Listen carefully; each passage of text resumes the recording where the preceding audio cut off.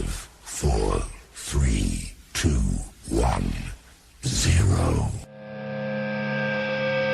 I hear voices in my head. They counsel me. They understand. They talk to me. We're here. You're listening to another episode of Talk Supernatural. We're here to give you facts, stats, and laughs with what we know. We're telling you straight paranormal, alive saliva. We don't dazzle you with bull, but we shock you with truth. We're Scott and Heidi Linden.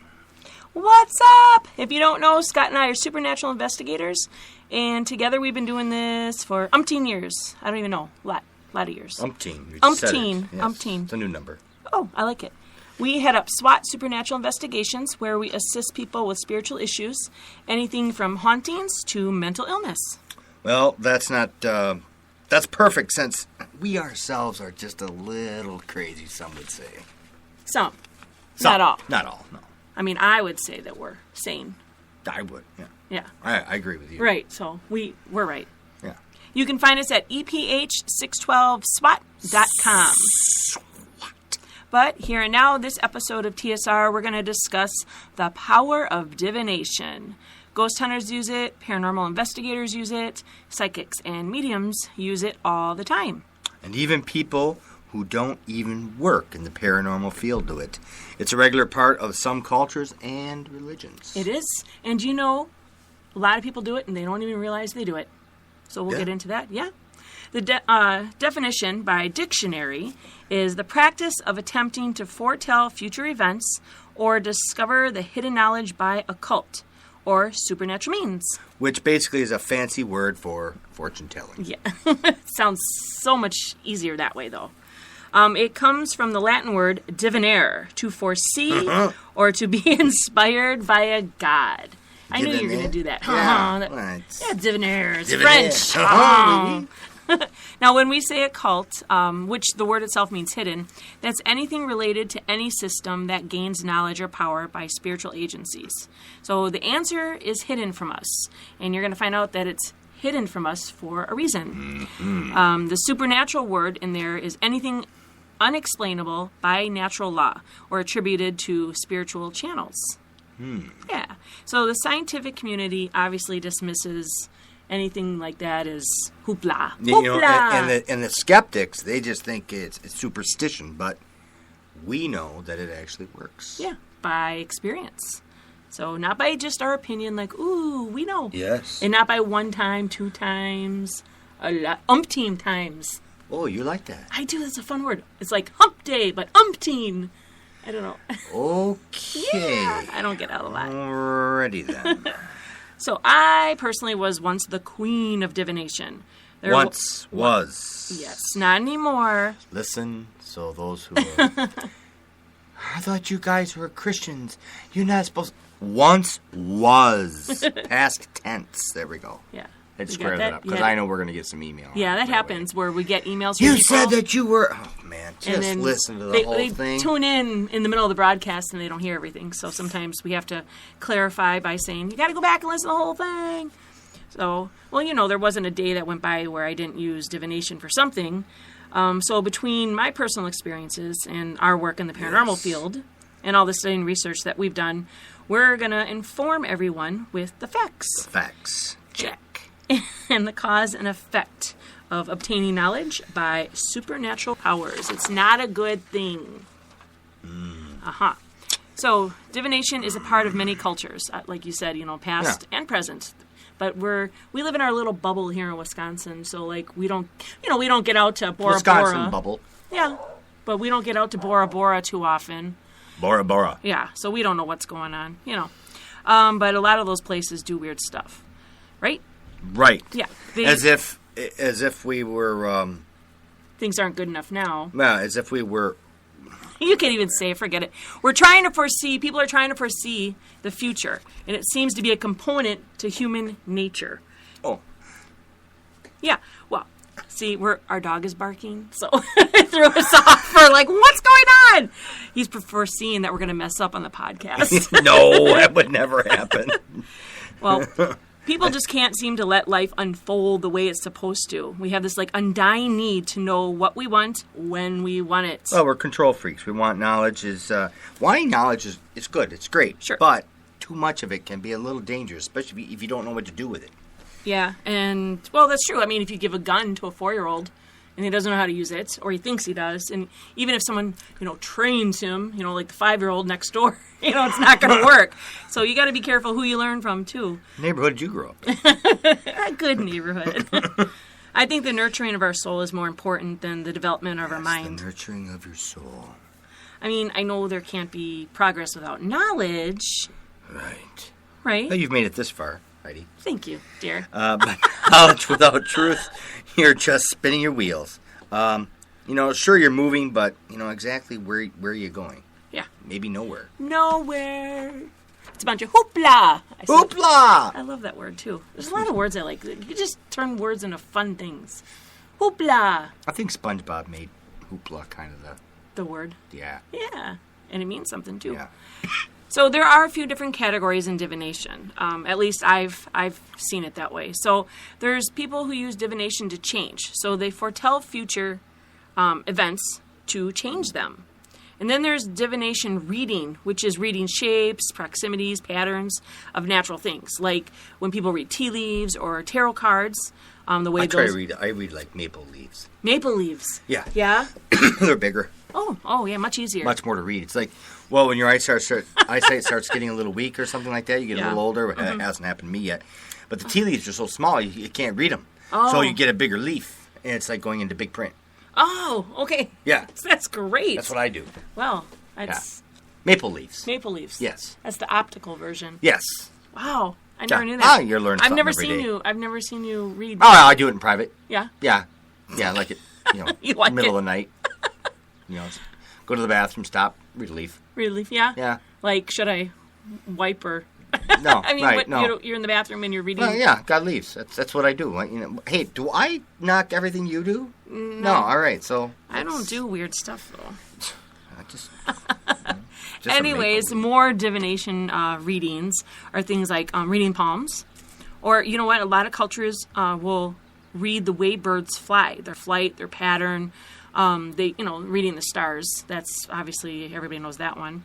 And in ancient times... What's nice about reading the stars is they're usually in the same place all the time. Mm-hmm. So if you don't finish reading your stars, you can pick up the next night. The stars aren't always in the same place because the Earth moves. So yeah, but they don't move that fast. You'll have plenty of time to pick up on them the next day. Yeah. Yeah. Boy, you are just a lot of revelations today. I'm... no, that's who I am. Yeah? No. Okay. But in ancient times, they read livers, too, of animals. Ill. Yeah, ill. Like, they couldn't, read something You had else. a bad diet. Ill. Ew, gross. There's random divination, and that's just any random way a person decides to find an answer, like crystal ball or looking in a mirror. Boils and troubles. Sorry. That's good. People look in the mirror. It's called scrying. What? Yeah.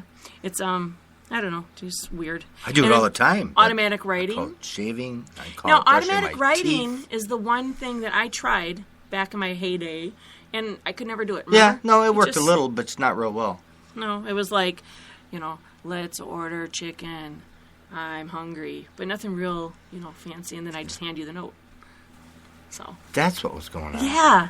It wasn't anything real I prophetic. thought it was all like, this whole we need a godly chicken? thing going on. No. It was just, okay. It was me. All right, yeah. well, my bad. And then there's something called lot casting. It's popular in many cultures in history, in the Bible, too.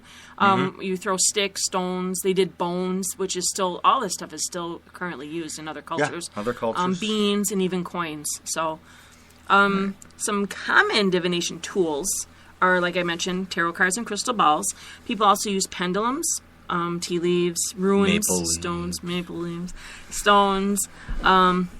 Most known, spirit boards, like the Ouija board. Boards, which, it's amazing, and now it's, the Ouija board is becoming more and more and more and more popular. You're coming out with so many different kinds. Well, half the stuff you can find like at bookstores. Barnes and Noble sells a lot of this stuff, and they just find various forms to do them, like the whole Charlie thing that came out. Yeah. All they needed was a pencil and paper, and all of a sudden you've got a tool of divination. Yeah, people don't realize that, you can make almost anything a tool. Yeah, it's weird. Reading horoscopes, which, people read the stars. And then, like my grandparents used to do, table tilting. To get answers, It's a good way to spill your food. Yeah, well, you got to be careful with that. Am I going to spill my coffee? Well, if the table moves, yeah. But I knew somebody at our church who was telling me, there was a lady that was pregnant, and so this other lady was like, we played this game, and they made a homemade pendulum to see if they were going to have a boy or girl. I'm like, do you know that's divination? Like, no, it's just a game. And that's how they viewed it. But with my knowledge of how this stuff is brought out, so, people do this stuff all the time. They don't realize it. They think it's innocent, but, there's a certain amount of innocence to anything until you gain knowledge. And when you gain knowledge, you need to turn away from your ignorance and move forward. Ooh. I used a big word. That is good. Ignorance. Lack of knowledge. I guess for me, the question would be, why are we using divination? Like, are we using it to dabble in the supernatural just to test it out, see if it works? There's no doubt. There's no doubt that knowing some things ahead of time are kind of fun, kind of nice, but that's not what God intended. No. It's like, no, you live it. Are we unhappy with how things are in our life? Yes. Or is it just like we're impatient? Yes, that too. But here's a question. Why do we feel that we have the right to know? I believe we are drawn to our spiritual nature. I think so too. Yes. Well, we're spiritual beings, and we are. I think people, when they don't get... I'm supernatural. When you don't get the food that you want spiritually, you're going to order out. Really? I guess so, yeah, kind of. You're going to find other means if you're not getting what you're supposed to get. The thing is, sometimes people cannot understand or can't read themselves to say, what am I missing? Right. So they seek and they search and they find and they try all different things, and they don't even know that they're spiritually starving. They don't even know it. Right. All they know, and they don't even realize, that they're missing something, but something is missing, so they begin to search. It's kind of like a dog running outside and eating grass.